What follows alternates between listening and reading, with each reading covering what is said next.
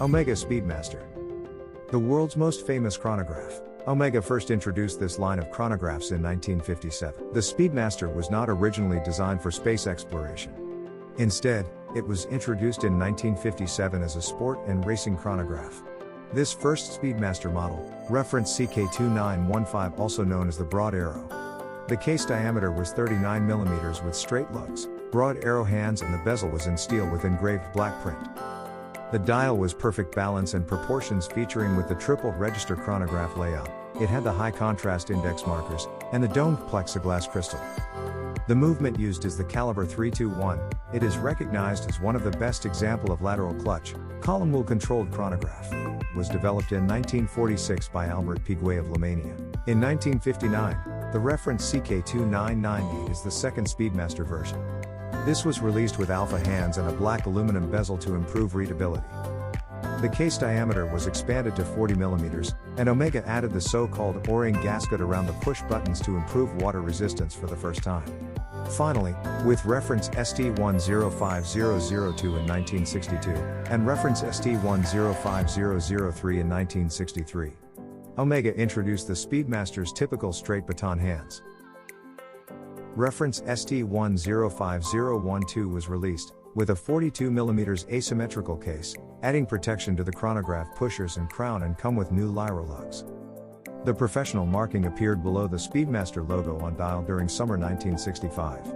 In 1966, Speedmaster reference 105012 was updated to reference 145012. These two models would be the two Speedmaster references known to have been worn on the moon by Apollo astronauts, the original Moon Watches. Ironically, these and prior models are informally known as pre-Moon Speedmasters. Then in 1968, Omega start transition the caliber 321 movement to the new caliber 861, also designed by Albert Piguet, with the introduction of the reference 145022 Speedmaster. The 861 was very similar to the 321, but replaced its column wheel switching mechanism with a cam and increased the beat rate from 18,000 to 21,600 vibrations per hour. First Omega in space. 3 years before the Speedmaster's official qualification for spaceflight, astronaut Wally Schirra took his personal CK2998 aboard Mercury Atlas 8, Sigma 7, on October 3, 1962. In that same year, 1962, NASA began their search for a reliable timepiece that astronauts can use in space, and can serve as the official watch of the program. 4 brands responded to their calls, namely Omega, Longines Wittnauer, Rolex, and Hamilton. The evaluation concluded in March 1965, Rolex, Longines Wittnauer, and Omega. These are the leaving 3 contenders' watches were selected, and subjected to tests under extreme conditions to evaluate their use for space programs.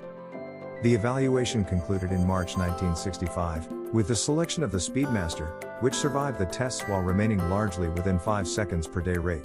After a series of torturous tests done on the watches, only the Omega chronograph passed. It became the official watch of NASA astronauts, and remains so until today.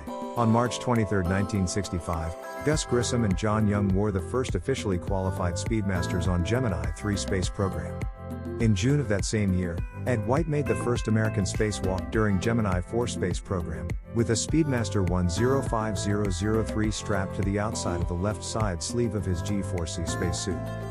The watch was attached via a long nylon strap secured with Velcro to accommodate the spacesuit. The Moon Watch, the first manned lunar landing on the 20th of July 1969, was the greatest, most dramatic scientific achievement in human history. Neil Armstrong stepped onto the moon's surface at 2:56 GMT on the 21st of July. 19 minutes later, he was joined by Buzz Aldrin, who was wearing his Omega Speedmaster, and a legend was born. An interesting footnote: the electronic timing system on the lunar module was not functioning correctly, so Armstrong had left his watch aboard as a reliable backup. The manual winding Speedmaster Professional, or Moon Watch, was the first watch worn by an astronaut walking on the moon during the Apollo 11 mission.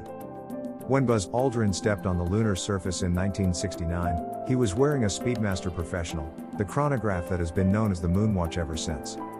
The Omega Speedmaster Professional chronograph has a unique place in the history of space exploration. In 1970, after Apollo 13 was crippled by the rupture of a service module oxygen tank, Jack Swiggert's Speedmaster was used to time the critical 14-second burn using the lunar module's descent propulsion system, which allowed for the crew's safe return. In recognition of this, Omega was awarded the Snoopy Award by the Apollo 13 astronauts for dedication, professionalism, and outstanding contributions in support of the first United States manned lunar landing project. In 1972, lasting impressions. As part of Apollo 16, Charles Duke left a photo of his family on the moon. While the commander of Apollo 17, Dean Cernan, left the last lunar footprints in history. He was once asked what the Omega Speedmaster meant to him. He remembers that at the time of closing the mission he looked up towards the Earth and realized that in that moment he was the most isolated man alive. Looking down at the Speedmaster on his wrist made him imagine what was happening back home on Earth, what his wife and family were doing at that exact time. It was, he said, the only thing that he had to connect him to home. On July 20, 2021, Blue Origin has successfully launched its billionaire founder Jeff Bezos and 3 other civilians into space on the first crewed flight of the New Shepard spacecraft. Riding along with Bezos will be Mercury 13 aviator Wally Funk, whom he personally invited to join the crew, along with his brother Mark and 18-year-old passenger Oliver Damon. His father Joe Damon had submitted the second highest bid in the auction. The amount has not been disclosed. After the first auction winner, who paid $28 million for a seat, had opted out 5 days before the launch. A custom Omega Speedmaster's head to space on the wrists. When Bezos did return to Earth, he did so with a cowboy hat on, giving new meaning to the Clint Eastwood film, Space Cowboys. No matter where you fall on this story, it's certainly another chapter in the enduring and continuing history of the Omega Speedmaster. Blending tradition with the future of space travel. That's all for today's video. Do you own a Speedmaster? And will you own one if you can? Please leave your comment below. If you find this video is useful, please help to like and share, and subscribe my channel. Don't forget to ring the bell icon. Thank you. I will see you in my next video.